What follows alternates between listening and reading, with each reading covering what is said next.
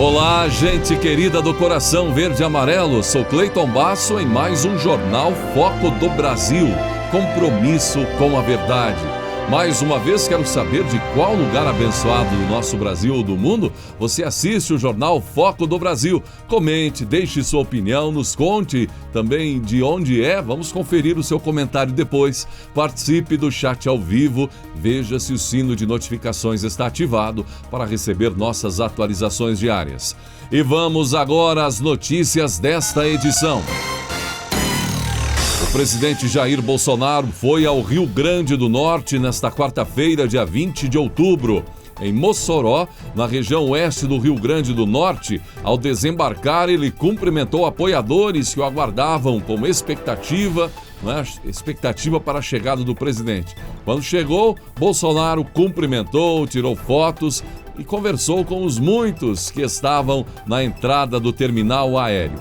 E do Rio Grande do Norte, ele foi então de helicóptero das Forças Armadas até a cidade de Russas, no Ceará, onde assinou o edital de construção da última parte do projeto de integração do Rio São Francisco.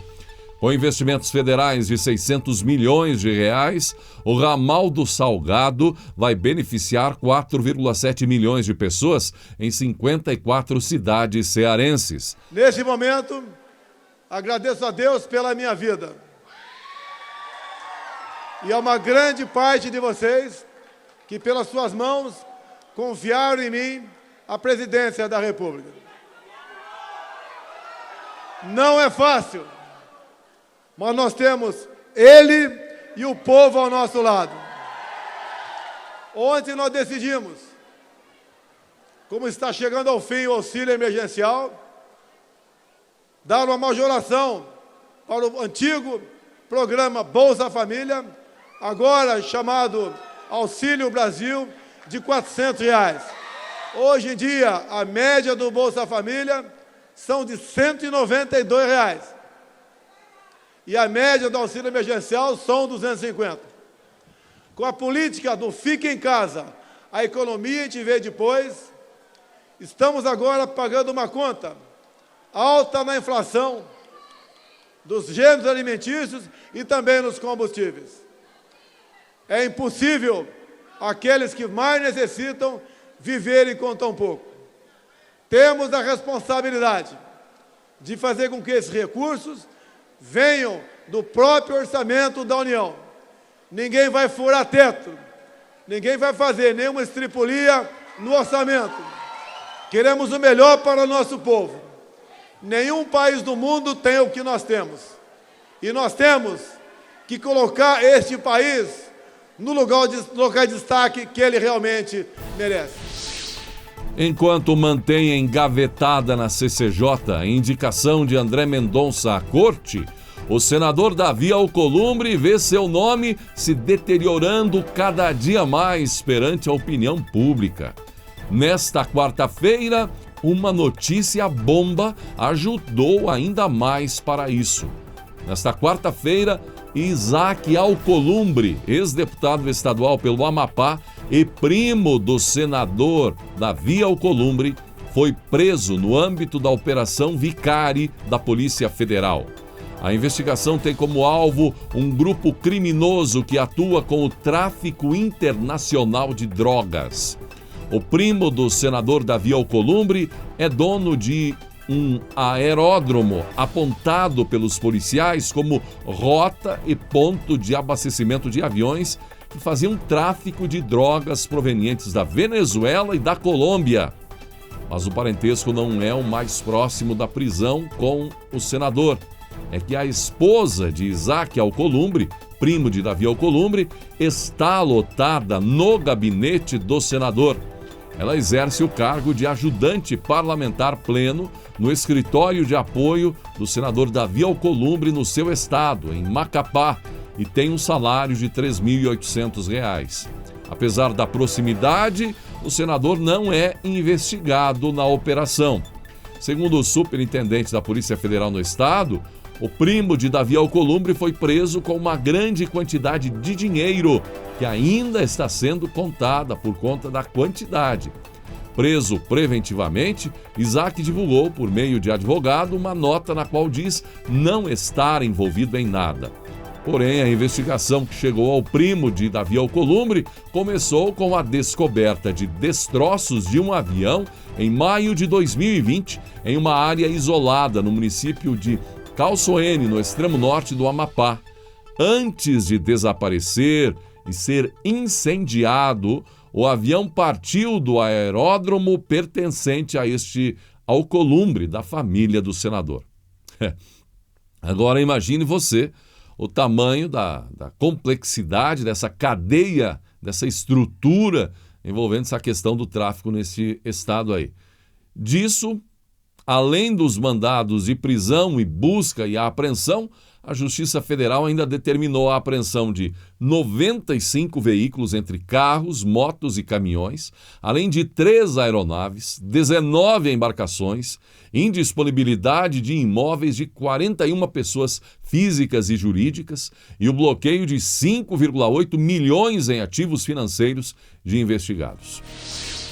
O ex-chefe de inteligência e contra-inteligência militar da Venezuela, Hugo Carvajal, entregou a um juiz espanhol diversos documentos em que admite ter financiado ilegalmente movimentos políticos de esquerda na América Latina e na Europa. O material do El Polo foi obtido por um jornal espanhol. Em um informe para o Tribunal Central de Instrução número 6, com o título Financiamento Ilegal do Podemos, nome de um partido de esquerda espanhol, Carvajal diz que o governo da Venezuela chegou a financiar Lula da Silva no Brasil. Maduro enviou dinheiro para Lula, de acordo com essas afirmações. O governo venezuelano financiou ilegalmente movimentos políticos de esquerda pelo mundo durante pelo menos 15 anos, entre eles a criação do partido político espanhol Podemos. Enquanto fui diretor de inteligência e contra-inteligência militar da Venezuela, recebi uma grande quantidade de relatórios mostrando que esse financiamento internacional estava ocorrendo. E cita, entre eles, Néstor Kirchner, na Argentina, Evo Morales, na Bolívia, Lula da Silva, no Brasil e Fernando Lugo, no Paraguai. Todos esses foram revisados como receptores de dinheiro enviado pelo governo venezuelano, escreveu El Polo. O ex-chavista afirmou que teve conhecimento de entrega de dinheiro vivo na Venezuela, proveniente da Embaixada de Cuba em Caracas. Também foi informado da entrega de dinheiro vivo na Espanha por meio de malas diplomáticas venezuelanas e de empresas de fachada espanholas. Na Espanha, quem recebia o dinheiro era Juan Carlos Monedero, disse Carvajal. Monedero é o fundador do partido de esquerda espanhol Podemos, que inclusive visitou Lula na cadeia da Polícia Federal em Curitiba em 2018, quando o petista ainda estava preso. Uma notícia bombástica essa, hein?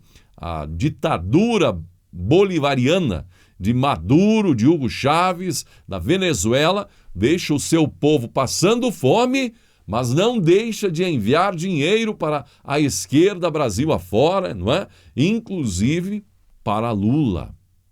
O PT, por enquanto, não tem declarações específicas para justificar essas afirmações do homem de confiança de Maduro. O relatório final da Comissão Parlamentar de Inquérito da Pandemia do Senado, apresentado nesta quarta-feira, dia 20, pelo senador Renan Calheiros, dando o que falar. Tem mais de 1.100 páginas, divididas em 16 capítulos e 29 tipos penais apontados. Das notícias que repercutiram nas últimas horas, já que o relatório foi vazado à parte da imprensa, um dos destaques foi a citação de uma das emas do Palácio da Alvorada. Noticiamos, inclusive, na última edição do Jornal Foco do Brasil. Foi um dos assuntos mais comentados da edição anterior do jornal. Muita gente achando até engraçada a notícia, mas é uma realidade, não é? Agora o texto será votado pelo colegiado na próxima terça-feira, dia 26. Renan Calheiros pede o indiciamento de 66 pessoas e de 2 empresas. Entre os nomes da lista de Renan Calheiros estão do presidente da República, Jair Bolsonaro, e de 4 ministros, além de 3 filhos do presidente, o deputado federal Eduardo Bolsonaro, o senador Flávio Bolsonaro e o vereador pelo Rio de Janeiro, Carlos Bolsonaro. Os defensores da natureza, meio ambiente, dos animais, não se preocupem, a EMA não foi indiciada. Também figuram no rol de pedidos de indiciamentos empresários como Luciano Hang, Carlos Wizard, além da médica Nisi Yamaguchi e do virologista Paulo Zanotto. Ao chegar no Senado, gente, na manhã desta quarta-feira, o senador Flávio Bolsonaro, membro suplente da comissão, criticou o relatório de Renan Calheiros. Para ele, o parecer é uma piada. Olha, a gente espera que a lei seja cumprida. Um relatório como esse que o senador Renan Calheiros, infelizmente, não colaborou em nada para amenizar a dor das quase 600 mil vítimas do Covid no Brasil, não colocou uma vacina no braço de nenhum brasileiro, não ajudou nenhum desempregado no Brasil, em especial aqueles que tiveram dificuldade por causa do autoritarismo de alguns governadores e prefeitos de fechar comércio. Então inviabilizaram os informais, que vendiam a pipoca na praça, vendiam mate no estádio de futebol, vendiam um queijo coalho na praia, de terem o seu sustento. Então, infelizmente, o senador Renan Calheiros, num relatório muito fraco, um relatório que não tem nenhuma base jurídica, ele usa um instrumento que é legítimo da democracia como vingança contra o presidente Bolsonaro. E a população percebe isso. Se ele tivesse feito algo de útil nessa CPI, a gente estaria discutindo aqui agora, nesse relatório, como ajudar a população, como amenizar o sofrimento e a dor daqueles que sofreram durante a pandemia. Então, para mim é muito tranquilo, a gente não tem como trabalhar para que nenhum trecho do relatório seja retirado, porque nada no relatório presta. Eu fico imaginando o constrangimento de quem assessorou o Renan Calheiros sendo obrigado a colocar no relatório algumas tentativas, algumas sugestões de indiciamento que não tem nenhum nexo de causalidade, que sequer tem tipificação no Código Penal.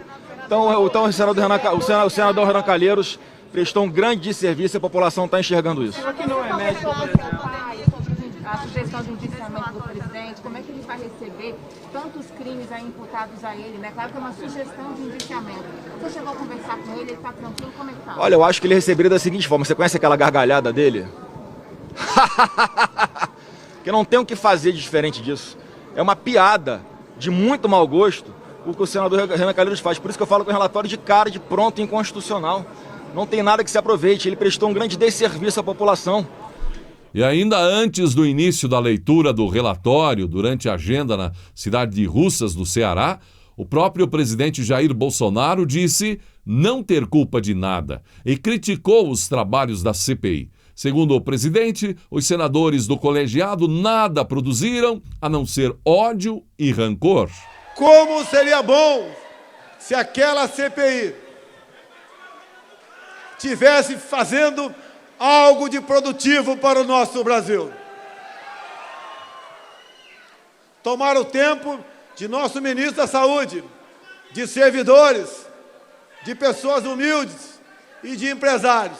Nada produziram, a não ser o ódio e o rancor entre alguns de nós.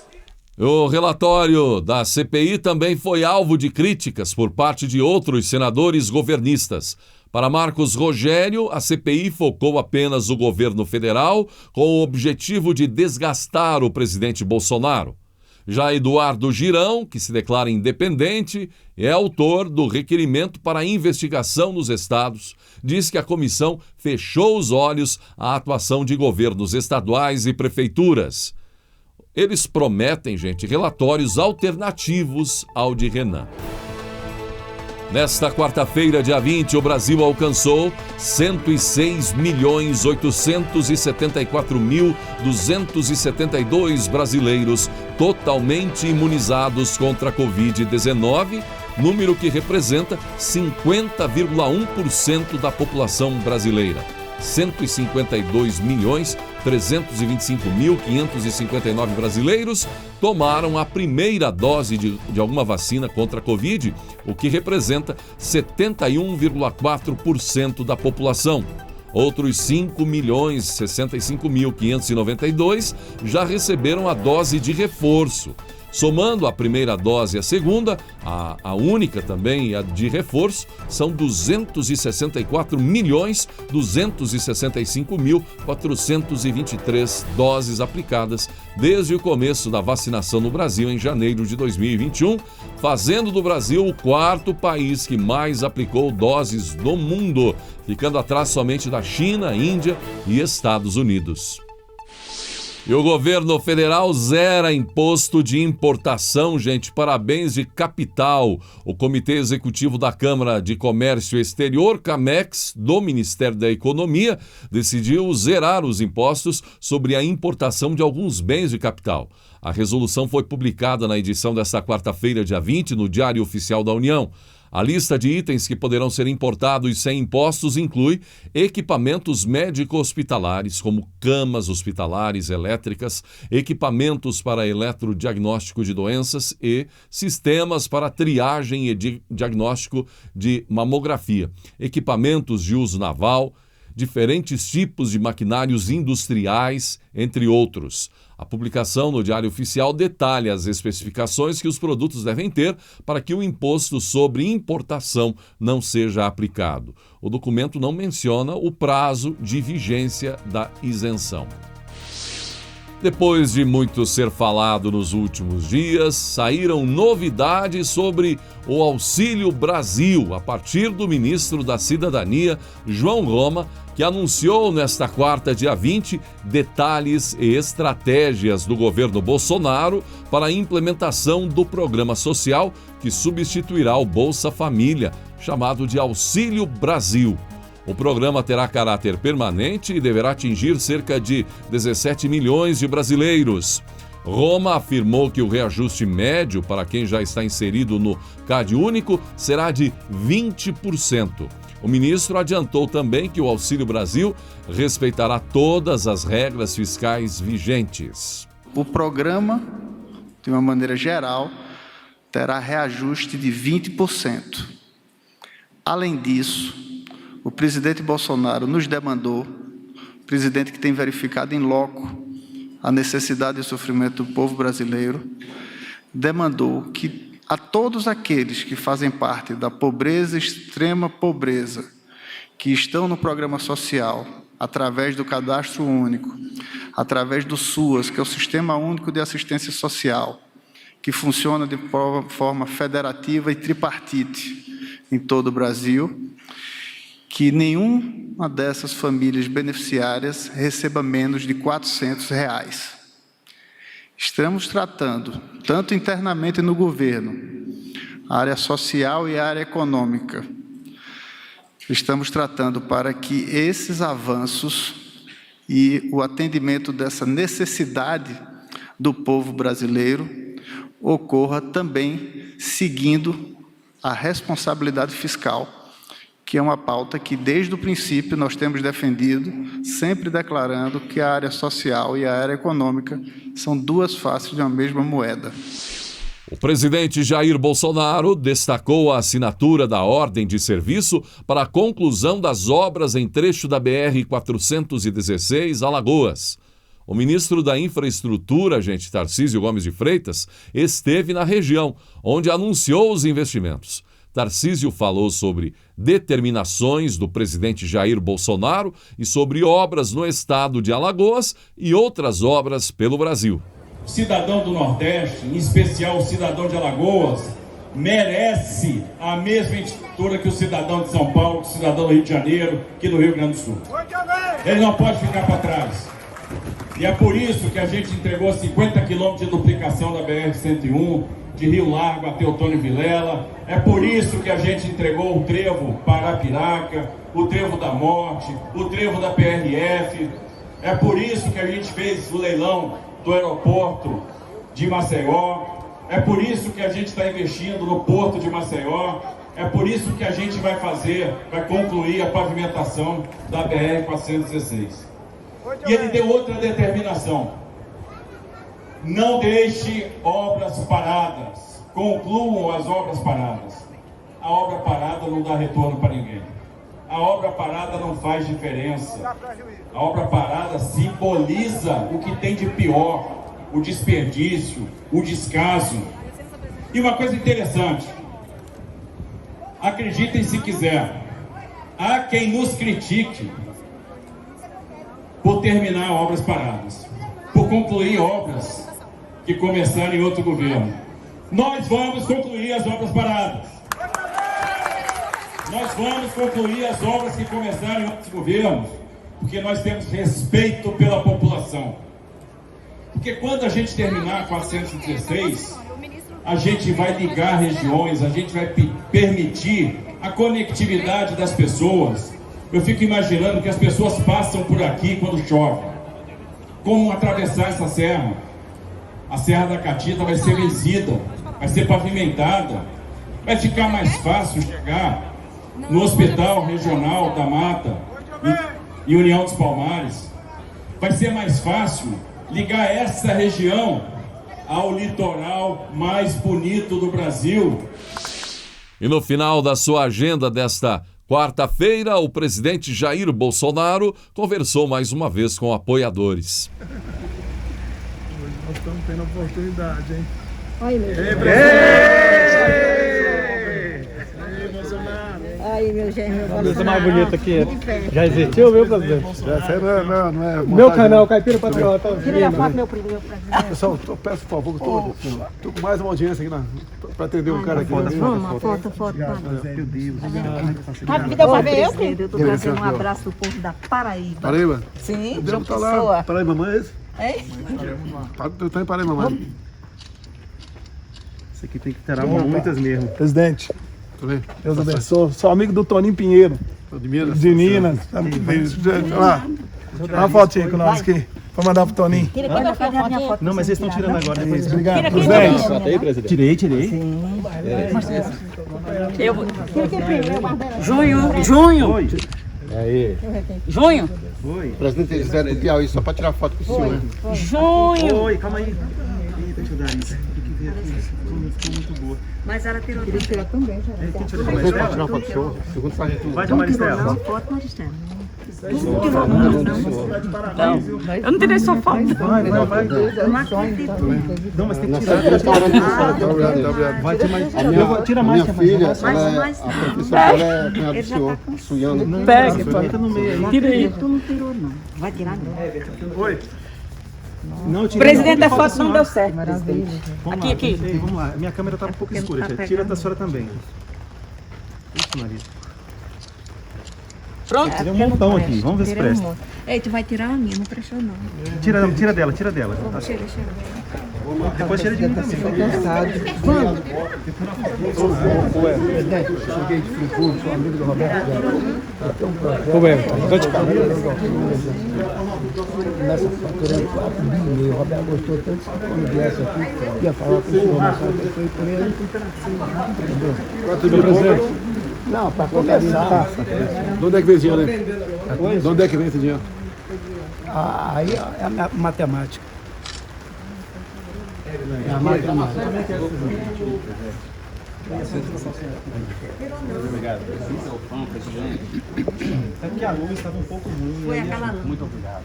Tipo, quando tira assim de costa, a luz fica. Boa noite, presidente. Rafael, sou vereador no distrito de Ferrugem, município de Conselheiro Pena. Estive com você em Ipatinga. É um privilégio. Gostaria de cantar para você uma canção. Tô cheio de pequeno pressa. refrão. Tá, vai lá. Sobrevive, adorando, sobrevive, confiando, sobrevive, não desiste, Deus cuida de mim. Um abraço ao nosso povo de Conselheiro Pena. Deus abençoe. Arrasou. Vamos lá. Eita, peraí. Gente, ó. Agora eu acho que eu peguei mais dois. Você tira pra mim? Eu vou tentar. Obrigada. Como é que faz aqui? Bem? Vê aqui, mas. Já tirou. Eu não virei, você viu? Agora eu fiquei nervoso. Deu certo. Eu acho que... Certo? Vê se bateu. Eu fiquei nervoso. Ei, tira pra mim, tira de mim, rapidinho. Vai. Pelo amor de Deus. Tira. Tirei. Obrigado, presidente. Valeu. Aqui que era... Isso. Ou tá tão todas as matas, presidente. Minha foto não saiu direito. Deixa eu tirar uma foto com ele aqui. Peraí. Deixa eu tirar. Tá, desculpa. Não, tira com ele, desculpa. Tira. Tá vendo Piauí? Aí, pô. Obrigada.